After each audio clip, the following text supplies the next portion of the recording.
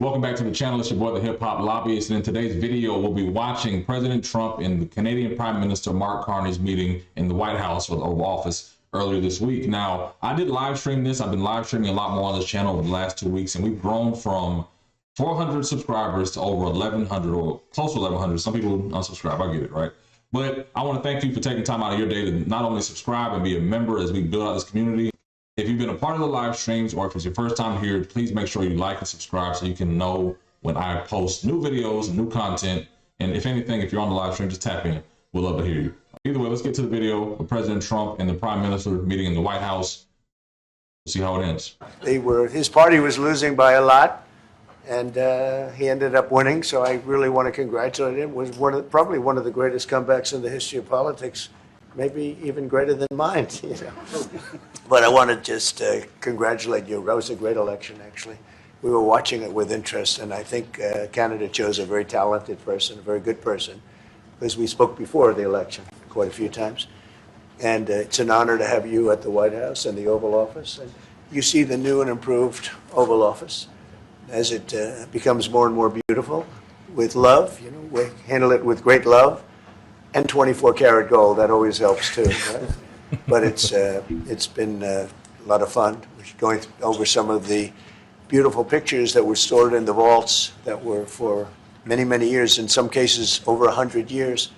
They were stored in vaults of the great presidents, or almost great presidents, all having a reason for being up, every one of them. So it's very interesting. But I just want to congratulate you, and ran a really great race. I watched the debate. I thought you were excellent, and I think we have a lot of things in common. We have some tough points to go over, and that'll be fine. We're going to also be discussing Ukraine, Russia, the war, because Mark wants it ended as quickly as I do. I think it has to end. We had some very good news last night. The Houthis have announced that they are not, or they've announced to us at least, that they don't want to fight anymore. They just don't want to fight, and we will honor that, and we will stop the bombings, and they have capitulated, but more importantly, we will take their word. They say they will not be blowing up ships anymore, and that's what the purpose of what we were doing. So that's just news. We just found out about that. So I think that's very, very positive. They were knocking out a lot of ships going, as you know, sailing beautifully down the various seas. It wasn't just the canal, it was a lot of other places. And I will accept their word, and we are going to stop the bombing of the Houthis, effective immediately. And Marco, you'll let everybody know that, okay? Do you have something to say about that, by the way? It's a pretty big announcement. Yeah, this was always a freedom of navigation mission. These guys, these are, you know, a band of individuals with advanced weaponry that were threatening global shipping. And the job was to get that to stop. And if it's going to stop, then we can stop. And I think it's an important development. And we'll have maybe before, we're going to, as you know, the Middle East, Saudi Arabia. We're going to UAE and Qatar. And that'll be, I guess, Monday night. Some of you are coming with us.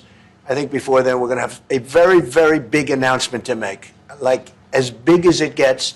Oh. And I won't tell you on what.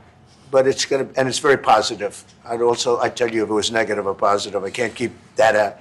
It is really, really positive. And that announcement will be made either Thursday or Friday or Monday before we leave. But it'll be one of the most important announcements that have been made in many years about a certain subject, very important subject. So you'll all be here. Mark, would you like to say a few words? Well, thank you, Mr. President. I'm on the edge of my seat, actually, for the big announcement. But thank you for your hospitality and above all for your leadership. You're a transformational president. The focus on the economy with a relentless focus on the American worker, securing your borders, ending the scourge of fentanyl and other opioids, and securing the world. And I've been elected with my colleagues here. With the help of my colleagues here, I'm going to spread the credit to transform Canada with a similar focus on the economy, securing our borders, again on fentanyl, much greater focus on defense and security, securing the Arctic and developing the Arctic. And the history of Canada and the U.S. is we're stronger when we work together, and there's many opportunities to work together. And I look forward to, addressing some of those issues that we have, but also finding those areas of mutual cooperation. Just at the landscape for this. That's great. Very Welcome to the nice. stream, Thank you y'all. very much. Appreciate y'all tapping in today. Anybody? Is USMCA dead? No, it was actually very effective, and it's still very effective, but people have to follow it. So, that's been a problem. People haven't followed it. But it was a transitional step a little bit, and as you know, it terminates fairly shortly. It gets renegotiated very shortly. But I thought it was a very positive step from NAFTA. NAFTA was the worst trade deal in the history of our country, probably in the history of the world. And this was a transitional deal, and we'll see what happens. We're going to be starting to possibly renegotiate that if it's even necessary. I don't know that it's necessary anymore, but it served a very good purpose. And the biggest purpose it served is we got rid of NAFTA. NAFTA was a very unfair deal for the United States. Very, very terrible deal. It should have never been made. It was made many years ago, but it should have never been made. Canada and the United States. Would you like to see your first trade deal be with Canada, our neighbors in the world? I would love that. Look, I have a lot of respect for this man, and I watched him come up in a sense through the ranks when he wasn't given much of a chance, and he ran a really great campaign. He did a really great debate. I think that debate was very helpful. I was going to raise my hand. I don't know if that's good or bad. I shouldn't say that. That might hurt you. But no, he ran a really great election, I thought. And yeah, something could happen. Something could happen. Yeah, please. What's the top concession you want out of Canada? The top concession you want out of Canada? Concession? Yes, Friendship. but that's not a concession. No, we're going to be friends with Canada. Regardless of anything, we're going to be friends with Canada.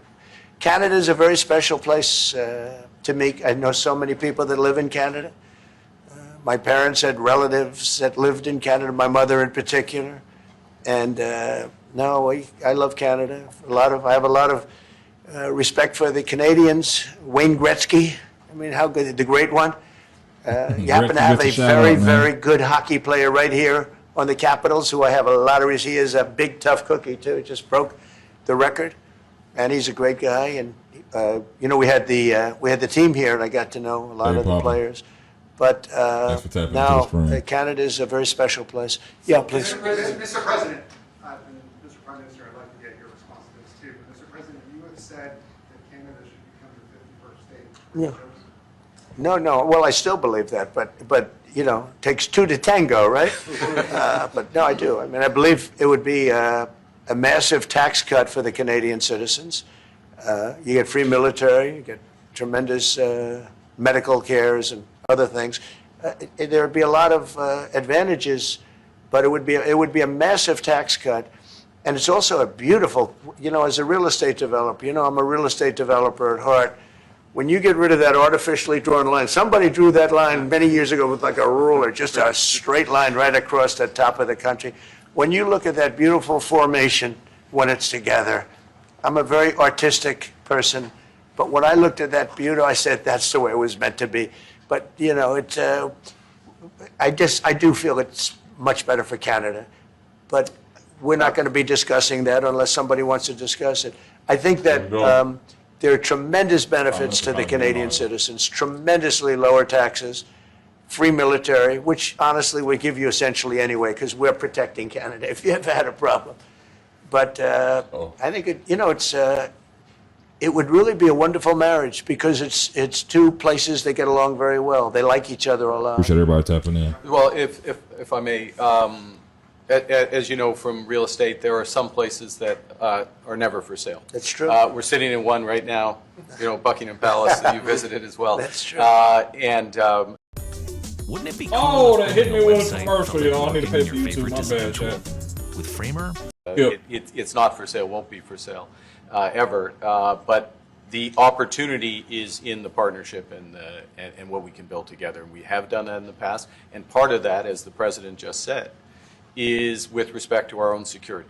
And my government is committed for a step change in our investment in Canadian security and our partnership, and I'll say this as well, that the President has revitalized international security, revitalized NATO, and us playing our full weight in NATO, and that will be part of it.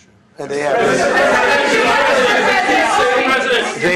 I must say, Canada is stepping up the military participation because Mark knew, they were low, and now they're stepping it up, and that's a very important thing. But never say never. Never say never. What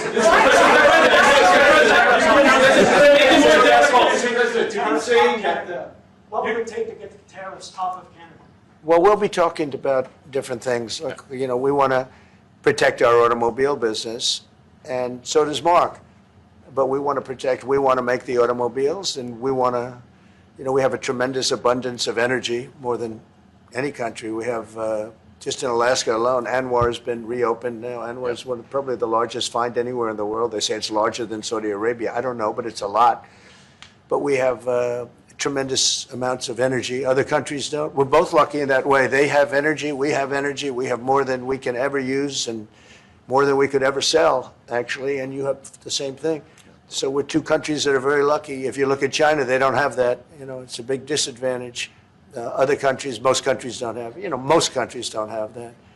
So Canada and us, we have a lot of advantages over other places. When you consider what Mr. Carney just said, that Canada is not for sale, does this make the discussion a little more difficult to start on? No, not at all. No, not at all. No, time will tell. It's only time. But I say never. I've had many things that were not doable, and they ended up being doable, and only doable in a very friendly way. But if it's to everybody's benefit, Canada loves us, and we love Canada. That's, I think, the number one thing that's important. But we'll see. I mean, over time, we'll see what happens. China. I was hoping you could clarify something. Earlier this morning in Capitol Hill, Secretary Bessent said that there have been no negotiations yet with China. You have said something. Can I hear these questions? They want to meet, and they're doing no business right now. And those ships are turning around in the Pacific Ocean. Big turn. Those are big ships. Those ships take about 10 miles to turn. And, we lost $1 trillion to China on trade because of an incompetent president that we had who preceded me, grossly incompetent. You're finding it out more and more now. And by not trading, we're losing nothing. So we're saving $1 trillion. It's a lot. But they want to negotiate, and they want to have a meeting, and we'll be meeting with them at the right time. But you haven't met with them yet. I have not met with them, of course. You would know if I met. I'd tell you they want to meet. But, we are right now, look, they're suffering greatly. Their economy is suffering greatly because they're not doing trade with the U.S. And they made most of their money off the U.S. Don't kid yourself. They don't make the money off other countries like this. And we had a trade imbalance. We had a deficit, or they had a surplus, another way of saying it, of more than $1 trillion. Think of it, more than $1 trillion.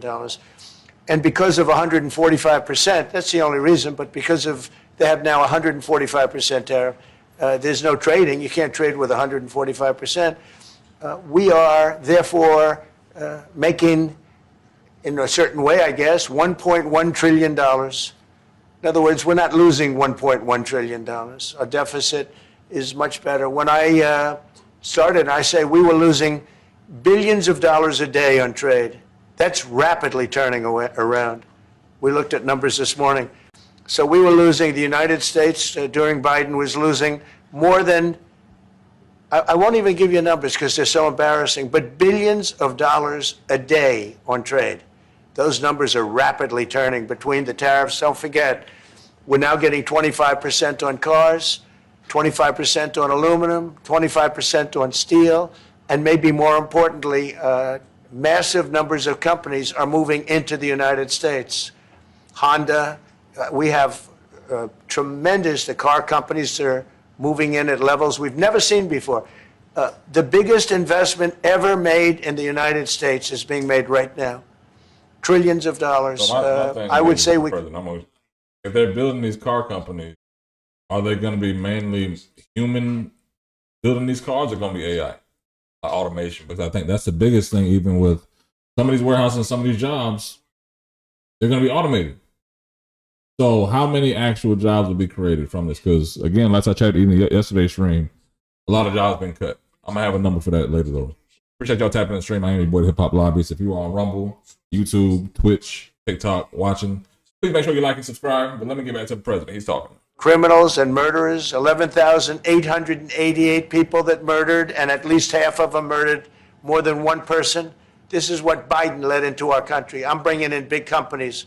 We have Apple is investing $500 billion. We have Jensen, as you know, is going to be 500 biggest chip maker, or chip thinker, I call him. He's really a thinker more than a maker. But we also have the maker, Mr. Wei. I get to know them all in the last, it was a cram course. But they're all moving into America because of the tariffs. And I don't think people have appreciated it. Some people do, some of the smart people do. So we have more money coming in. It's really an amazing thing. We have more money being invested in the United States now than at any time ever before in our history, and it's not even close. And I think the real number could be 9 or 10 trillion. We don't know everybody that's doing it. We have many. I just heard about a plant that's being built right now, a very, very top-of-the-line company, and they didn't come to the White House. They're just doing it because they're making it, because if they build here, there are no tariffs. And this is the big market. This is the market. That sets us apart from it. This is the market where everyone wants to be. Now, if I didn't come here and do this, all of a sudden we wouldn't be the market where everyone wants to be. So we were able to do it in time. But we're going to have a great announcement. And I'm not necessarily saying it's on trade. Going to the beginning, we're going to have a great announcement over the next few days, an announcement that will be so incredible, so positive. And I'm not saying, I don't want you to think it's necessarily on trade. Just to finish, we also have a situation, because everyone says, when are you going to sign deals? We don't have to sign deals. We could sign 25 deals right now, Howard, if we wanted. We don't have to sign deals. They have to sign deals with us. They want a piece of our market. Oh. We don't want a piece of their market. We don't care about their market. They want a piece of our market. So we can just sit down, and I'll do this at some point over the next 2 weeks, and I'll sit with Howard and Scott and with our great vice president, who has done a really good job. We have some good news to report on a lot of fronts.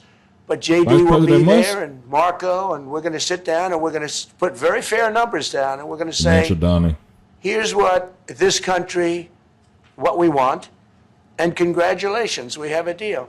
And they'll either say, great, and they'll start shopping, or they'll say, not good, we're not going to do it. And I said, that's okay, you don't have to shop. Now, we may think, well, they have a right, that maybe we were a little bit wrong, so we'll adjust it. And then you people will say, oh, it's so chaotic. No, we're flexible. But we'll sit down, and we'll, at some point, in some cases, we'll sign some deals. It's much less important than what I'm doing. When are we going to hear from the Prime Minister, man? We've been hearing a lot from the president, but we really came to hear about the Prime Minister talk about the tariff war, like not the rest of this. Mr. Trump, respectfully. Appreciate y'all tapping to the stream, man. We have a goal of 2 subscribers today. Go ahead and subscribe to your boy channel, man. I'm just trying to pass and get 800. That's it. That's the goal for today. So if we hit 800, I haven't checked yet, but make sure you like and subscribe to the channel. I am your boy, the Hip Hop Lobbyist. Let's get back to the president. We're not going to put up with that. And they've agreed already to drop it. They'll drop it to nothing. They've already agreed. They would have never done that for anybody else but me. So we're going to put down some numbers, and we're going to say our country is open for business. And they're going to come in, and they're going to pay for the privilege of being able to shop in the United States of America. It's very simple. It's very simple.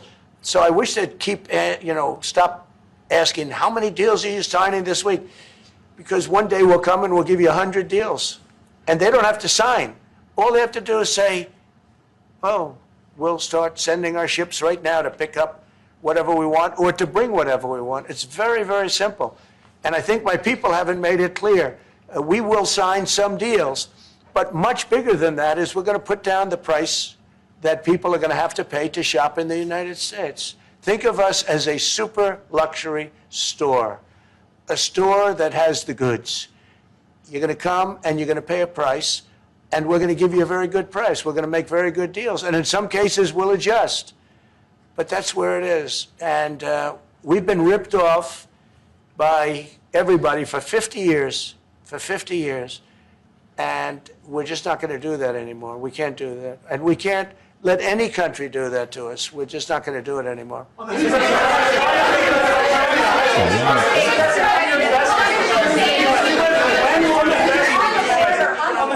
you tell us a bit more about the deal that you've reached with the Houthis? No, it's not a deal. They've said, please don't bomb us anymore, and we're not going to attack your ships. And where did you hear about that? It doesn't matter where I hear it. The very good source, I could tell you. Very, very good source. Would you say, Marco? I would say pretty good, right, JD? A very good source. No, they don't want to be. They don't want to be. They don't want to be bombed anymore. You know, I sort of thought that would happen. No, behind you, please. Clarifying something you said on USMCA. Is the U.S. prepared to walk away from that pact? From what pact? USMCA. No. It's fine. It's there. It's good. We use it for certain things. It's there. We have the USMCA is a good deal for everybody. Hey, Max, I won't say this about Mark, like that, my man. but I didn't like his predecessor. I didn't like a person that worked. She was terrible. No, Actually, she was a terrible person, and she really hurt that deal very badly because she tried to take advantage of the deal and she didn't get away with it. You know what I'm talking about. But so you know, we had a bad relationship having to do with the fact that we disagreed with the way they viewed the deal, and we ended it. You know, we ended that relationship pretty much. The USMCA is great for all countries. It's good for all countries. We do have a negotiation coming up over the next year or so to adjust it or terminate it. Mr. President. I'll say a word on USMCA if I may, Mr. President. It is a basis for a broader negotiation. Some things about it are going to have to change. And part of the way you've conducted these tariffs has taken advantage of existing aspects of USMCA. So it's going to have to change. There's other elements that are come, and that's part of what we're going to discuss. Right. During the campaign, Prime Minister Carney talked about the American betrayal. Oh, How do you react? patience. Canada decided not to shop in the American store as much as before and decided to partner with other countries. Well, we don't do much business with Canada from our standpoint. They do a lot of business with us. We're at like 4%, and usually those things don't last very long. You know, we have great things, great product, the kind of product we sell. Nobody else Prime can Minister sell, reaction, including military. Look, we make the best military equipment in the world, and Canada buys our military equipment, which we appreciate. But we make the best military equipment in the world by far. The missiles, the submarines. Everything we have is really top notch. I rebuilt our military during our last term. Stupidly, we gave some away to Afghanistan, which shouldn't have happened. But that was, I think it was the most embarrassing moment in the history of our country. Kind of crazy. Hydrax, very incompetent people. But if you hold on, let me mute the president. Calling me the N-word doesn't trigger me, brother. I use the N-word profusely. So go ahead, and if you feel like writing letters N-I-G-G-E-R in my chat on the stream, go ahead and do it. But guess what? I appreciate you and everyone else for tapping in, because it's not about me being black or the N-word. It's about the fact of you being ignorant, bro. Like, that's not going to trigger me, baby. Let's get back to the president. But I knew him before. I went to Iraq, and we agreed to a plan, and that was the plan. And as you know, we did it in record time. So we have, you know, we have the best equipment in the world. We have the best, a lot of things, and but Canada it does a lot more business with us than we do with Canada. Yeah. Mr. President, your investments, Mr. President. When do you think the investments that you've announced, the trillions, will finally hit economic data this year? When you're saying about the tariffs? No, about the investments that you've announced. Oh, it's hitting right now. Look, they're already starting AI plants. These are not people that look for financing. That's a good thing.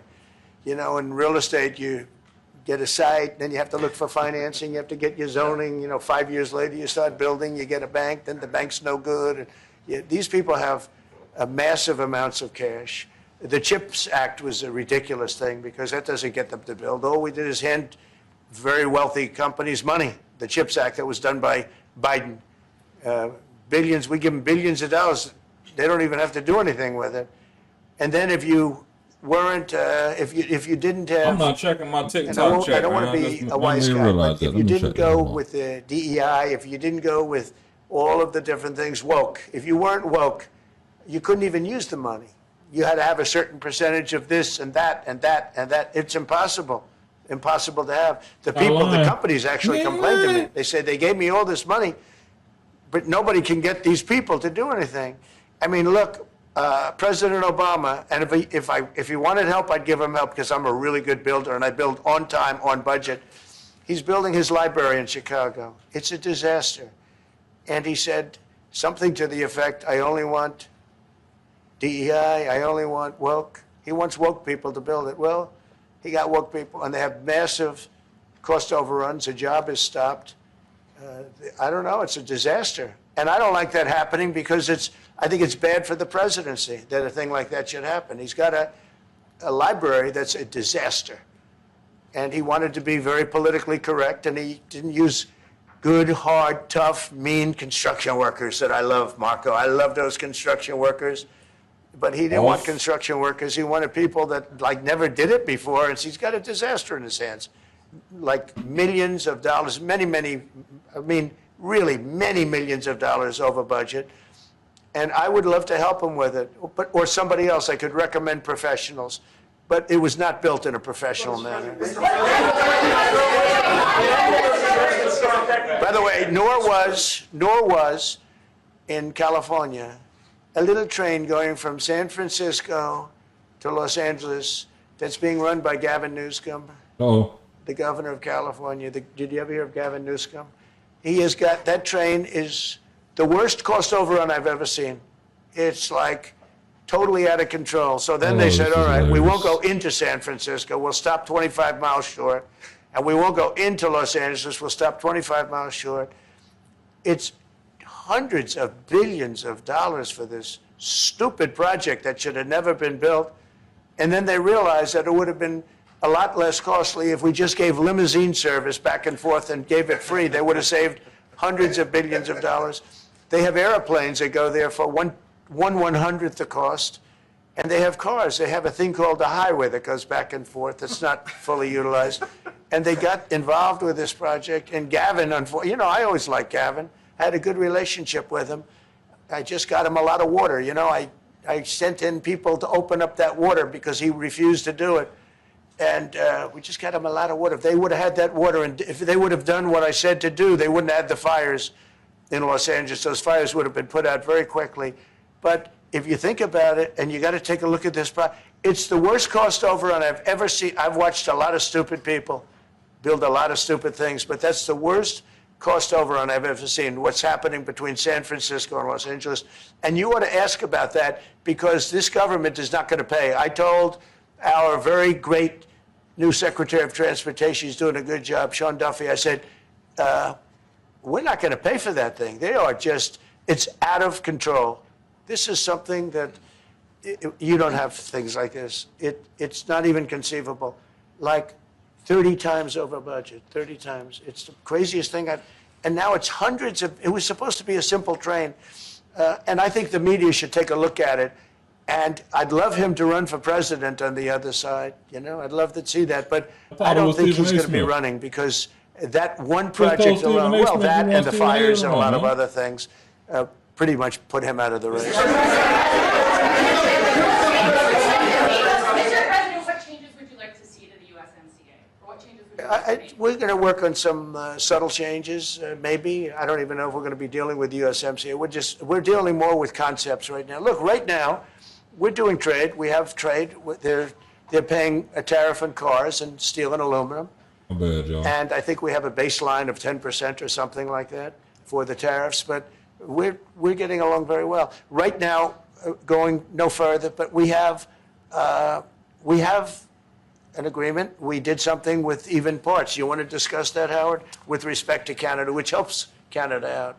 Sure. So we've made an arrangement with the car companies that 15% of their USMCA parts are included, and then 15% of foreign parts from the manufactured suggested retail price are not tariffed to help domestic manufacturing really thrive. So it gave them a chance to be able to build their car parts factories if they're going to. A lot of these companies already have factories, and what they have to do is just fill them out. But they're able to build them in the United States, so we gave them a pretty substantial period of time. Just to clarify, Mr. President, is there anything the Prime Minister can say to you today to change your mind on tariffing Canada? Tariffing cars? Tariffing Canada. Is there anything he could say to you in the course of your meetings with him today that would get you to lift tariffs on Canada? No, Why not? just the way it is. What's Here we go.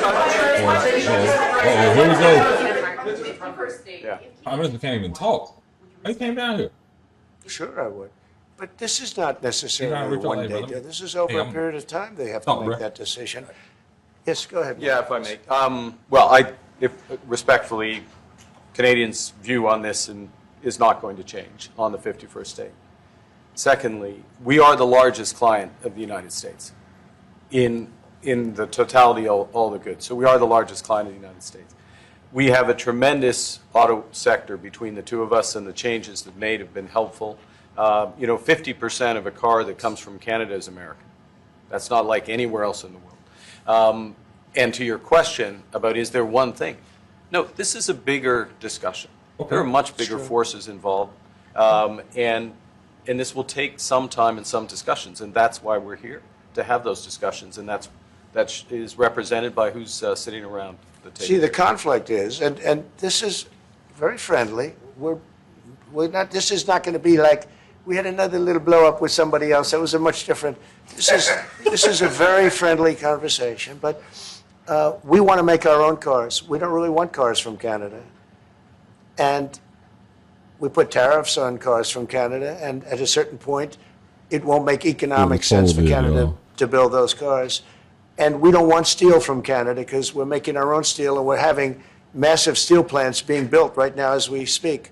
We really don't want Canadian steel, and we don't want Canadian aluminum and various other things because we want to be able to do it ourselves. Okay. And we, because of past thinking of people, we have a tremendous deficit with Canada. In other words, they have a surplus with us, and there's no reason for us to be subsidizing Canada. Canada's a place that Mr. Prime will Minister. have to be able to take care of itself economically. Mr. Prime Minister. I assume they can. I will tell you that Trudeau, when I spoke to him, I used to call him Governor Trudeau. I think that probably didn't help his election. But when I spoke to him, I said, so why are we taking your cars? Why are we taking we want to make them ourselves. I mean, I said, and if the price of your cars went up, or if we put a tariff on your cars of 25%, what would that mean to you?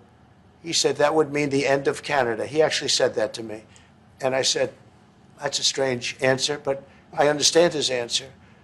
But no, I mean, it's hard to justify subsidizing Canada to the tune of maybe $200 billion a year. We protect Canada militarily, and we always will. We're going to, that's not a money thing. But we always will. But, it's not fair. But why are we subsidizing Canada $200 billion a year, or whatever the number might be? It's a very substantial number. And it's hard for the American taxpayer to say, gee whiz, we love doing that. Thank you very much. We're going to have a very substantial. Thank you. Thank you very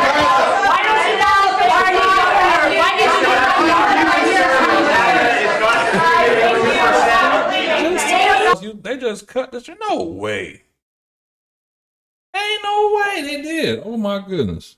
Thank you for tapping into the channel. More than anything, please make sure you like and subscribe so you get a notification the next time we post a video or go live with more Trump news, current events, and things that may be important to you. Thank you for watching the video.